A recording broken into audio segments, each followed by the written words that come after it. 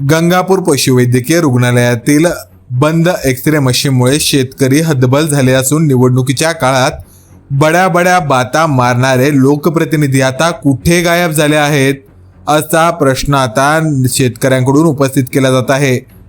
गंगापूर तालुक्यातील पशुवैद्यकीय चिकित्सालयात लाखो रुपयांचे एक्सरे मशीन अनेक वर्षापासून बंद अवस्थेत धुळखात पडले आहे आणि याचा फटका बसतोय थेट ग्रामीण भागातील शेतकरी आणि मुक्या जीवांना।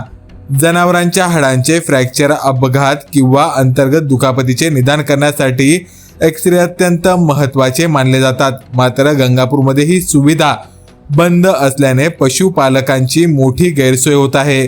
एका शेतकऱ्याच्या जनावरावर उपचारासाठी एक्सरेची आवश्यकता होती, मात्र मशीन बंद असल्यामुळे संबंधित अधिकाऱ्यांनी जनावराला छत्रपती संभाजीनगर येथे हलवण्याच्या सूचना दिल्या, परंतु आर्थिक परिस्थिती हालाकीची असल्याने आणि जवळपास 2000 रुपयांचे गाडी भाडे परवडत नसल्याने शेतकऱ्यांनी गावातच औषधोपचार करण्याचा निर्णय घेतला। एकीकडे शासन लाखो रुपयांची यंत्रणा उपलब्ध करून देते, पण योग्य देखभाल आणि नियोजनाच्या अभावामुळे हीच यंत्रणा आता धुळखाट पडलेली दिसून येत आहे। यामुळे प्रश्न उपस्थित होतो, प्रशासन आणि लोकप्रतिनिधींना ग्रामीण भागातील मुक्या जीवांच्या वेदना दिसत नाही का? ग्रामीण भागातील शेतकरी आजही सरकारी सुविधेच्या प्रतीक्षेत आहे। आता प्रशासनाने तात्काळ दखल घेऊन बंद पडलेले एक्सरे मशीन दुरुस्त करावे अशी मागणी नागरिकांकडून होत आहे। आज आपण आहोत पशुवैद्यकीय दवाखान्यावर गंगापूर येथील तालुका पशुवैद्यकीय दवाखान्यामध्ये। या ठिकाणी बघू शकता एक्सरेचं जे मशीन आहे हे या परिस्थितीत पडलेलं आहे। या ठिकाणी खूप बिकट अशी अवस्था या एक्सरे मशीनची झालेली।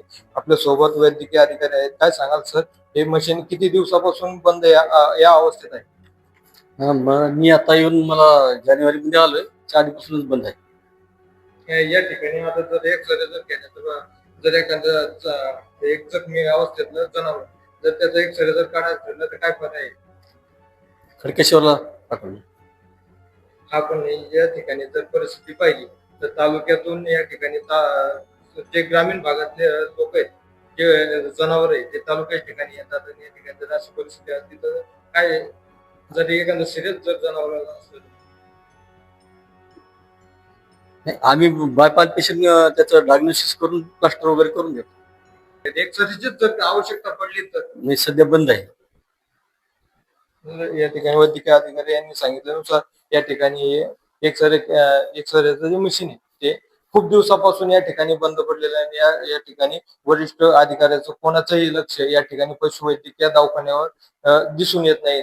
या ठिकाणी लोकप्रतिनिधींनीही या एक्सरे मशीनचा किंवा पशुवैद्यकीय दवाखान्याचा आढावा घेण्याची मागणी नागरिकांमधून तीव्र अशी होत आहे।